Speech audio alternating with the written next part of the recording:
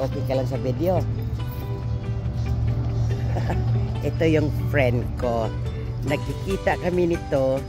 Ano din, last time natin nakikita niya, kailan? 2 months ago. Malapit lang. Siya ang nagbigay sa akin ng dragon fruit.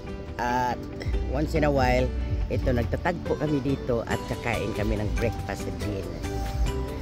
At ito pala yung lugar dito. Ayan ang lugar dito. Nandyan ang Ross. Ayan. Mga 15 minutes lang ito galing sa amin.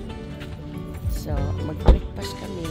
Pagkatapos ng breakfast, maghiwalay at pareho kaming may mga house chores. Nagkataon lang na nag-day off kaming dalawa. So, ginigiit talaga namin na magkita. So, yan guys. Maganda yung nag-ibigan ka rin. Kikita mo once in a while, diba? So, ito lang. Sunday ngayon. Kaya, mag-breakfast kami dalawa. Habang natutulog pa yung mga hobby namin, iiwanan. Okay.